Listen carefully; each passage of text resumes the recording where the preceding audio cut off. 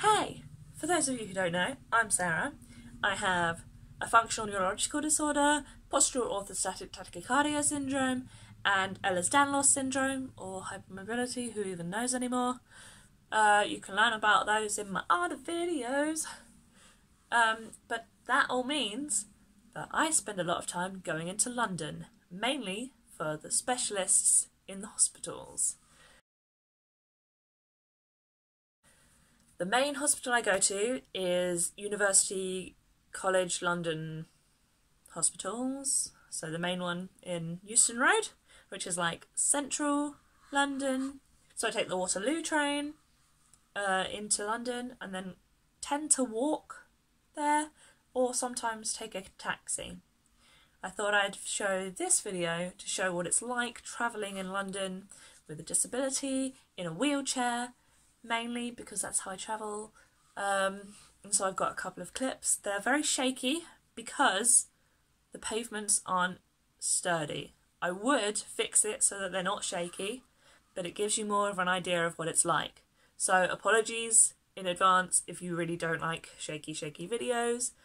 I will show you different bits of what it's like. The camera angles are about here on me so that you can sort of get an idea of what it's like to be at this level.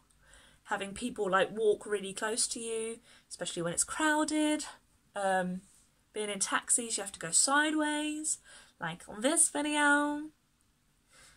And it's just very chaotic. So I get the train, first off. When you get the train and you're in a wheelchair, you book assistance. They want you to book assistance more than 24 hours before you go, preferably. But if you like spontaneously go, it's better to phone up anyway, just to be like, hey, can you phone ahead and let them know? I'm really sorry, but yeah. And then if you've booked assistance with them before, they keep your details. And then you can just go, hey, it's Sarah. I need to get to London Waterloo again. And they're like, oh yeah, you need the ramp? That's cool. That's all sorted for you. Boom. Most of the time it works. Most of the time, you go to the station, there's a guard waiting, he has a ramp, he puts it onto the thing. He goes, move people, there's a girl in a wheelchair and she needs that spot. And then I go on and I get on the train. And then at the other end, they're like, oh, we have a ramp for you to get down. Or on the train, the guard's like, hey, I will put the ramp down for you. You're going to Waterloo, right? Of course you are. And it's all fine. Sometimes that doesn't happen. And you sit around waiting going, hello, hello, hello. I need a ramp. Help me. Sometimes I've sat on the train, sticking my head out the door like, is there anybody there? Is there any guard? And people will tend to stop, which is really nice of them. They'll tend to stop and be like, hey, do you need a hand getting out? And sometimes I want to say yes, but I don't know these people. I know my chair is heavy. I know I'm quite heavy. I look really light, but I'm really heavy. And a lot of the time there's like a gap like this big between the train and the platform. And although that doesn't seem like much, if you get a wheel stuck in there, then the chair's going to tip and I'm going to fall on the floor. And I do not want that. So I tend to have to, some people will go, I'll go get the guard for you. And they go get them. But last time I was sat on the train and whoever was, it must have been like either the driver or was someone else working on the train, was sat there and they did the sort of over the speakers saying, this is the final destination, please get off the train. And I was pretty sure I was the only person still on the train. And I was sat there going, I just need someone to help me. God, someone let me off. And then someone came, the person that was in the front kept pressing the close doors button so that the doors would just shut, and we were trying to put a ramp down. So obviously that wasn't helpful, and the lady there was trying to do it and she was obviously getting annoyed at this woman. She kept like radioing across like, I'm trying to get a girl in a wheelchair off the train. And as I went past after I got off, I tried to sort of look at them to be like, I don't know what you want from me. I don't know what you want. Then you go out, and if you want to go out of Waterloo, you have to go out the side way to go all the way around, and you go the long way around, out in all the alleys and the gross bits that smell like piss, and it's not very good. We tend to walk most times just because trying to get a taxi is a faff and it's cheaper just to walk. So either my mum or my dad will like push me. It's like a 40-minute walk, but they'll still push me there. And it's a lot nicer to be out in the fresh air. Plus, traffic in London, especially when you get appointments that are like around 9 or around lunchtime, it's horrendous traffic. So it's a safer bet to walk. I would get the tube, but the amount of times that I've got to Waterloo and they've been like, oh, the lift's not working, so you can't get down to the tubes. I'm like, fantastic, great. I've learned to go across Waterloo Bridge because although it's very bumpy and there tends to be lots of people walking, it's a one that you can walk across without having to go up a lift. Because I've been through one once. We went up the lift one side, came across, got to it, and the lift on the other side of the bridge was broken. And so what we ended up doing, because we didn't know how to get around the other way to get to a different bridge, was Mum would carry the chair down and I would like hobble down the steps. And there are a lot of steps on these bridges. So I don't trust them anymore. If you do get a taxi, you get in sideways. So there's a sticker on it that says, oh, it's much safer if you put your back against this bit and then you'll be more secure. But you can't really do that when you're in the chair, especially if you've got someone travelling with you. So like, I'll squish right up to the edge of the door. They have ramps in them, by the way. I'll squish right up to the edge, so I'm facing sideways and we're going this way. It's very weird. Plus, I'm quite tall, so like my head is on the roof of the taxi.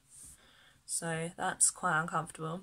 But they tend to be really nice about it, so there is that. I don't like the bus because of the one time that I've probably said about before on here, when a guy wouldn't let me on the bus. He kept saying about how I wasn't allowed on because I didn't have another credit card to charge, because I didn't have a job and I wasn't getting benefits because I was denied them at first. So I had like no money to pay for it. Mum was going to pay for it for me on her card, but because we didn't have two cards and stuff, he wouldn't let us on. And even before that, I looked at him and went, hey, I want to get on. And they're supposed to put down a ramp. And they didn't. We ended up getting on because some passengers carried us on, and some other lady really nicely paid for my ticket with her card, so that I could get on and she could tap me off, because you have to tap the system. And then I found out that it's free to travel in London if you're disabled, if you get like the bus and stuff. So it should have been fine. And then you get there and it's alright. But going across is a bit difficult with all the people. It's very bumpy. It tends to be a lot broken, the ground. And a lot of people don't quite understand that it's a lot easier for people to walk moving out the way than it is to move an entire person in a wheelchair out the way, especially on a hill, because if you get the momentum going, you're okay. But if you have to stop because someone won't move out the way, then it's really hard to push off again, like in a car, you know? But you're pushing an entire person, so... then at the hospital, if the entrance is here, there are steps up here. You need to go all the way up here and round and up the ramp. Which is fair, because you need to get up the ramp. It is the long way round. So it's frustrating. And then you go in the lift, along with other people who get in the lift, see that you need to get in the lift, then get out and take the stairs, because they can, they're just feeling lazy. Whereas I cannot climb the stairs. Wheelchairs are not that advanced yet. Could you imagine though if they just sprouted legs and started like climbing up the stairs? That would be fantastic. Also weird and also very scary. Don't think I'd want that, but wouldn't it look funny? The main issues are most of the places there are really old, so they have steps up and you can't get in. Sometimes they'll have a ramp, but they'll have a sticker on the front that says, please ask inside for the ramp. And I'm like, how do I get inside to ask for the ramp without the ramp? When I went last week to Waitress, beforehand we went to a restaurant and they were like, I'm really sorry, the lift's broken in here. So you can come in and eat. You can eat upstairs, but it's on taller chairs, so it'll be really hard for you to see from the thing. And I was like, it's fine. I can transfer. That's okay. So he got the ramp out for me and he was really nice about it. What I didn't think through is that meant they didn't have a toilet for me to use because the toilet was downstairs and I couldn't use the lift. So then I had to go around trying to find other places that I'd be able to get in. And I was like in Covent Garden, so it was a lot harder.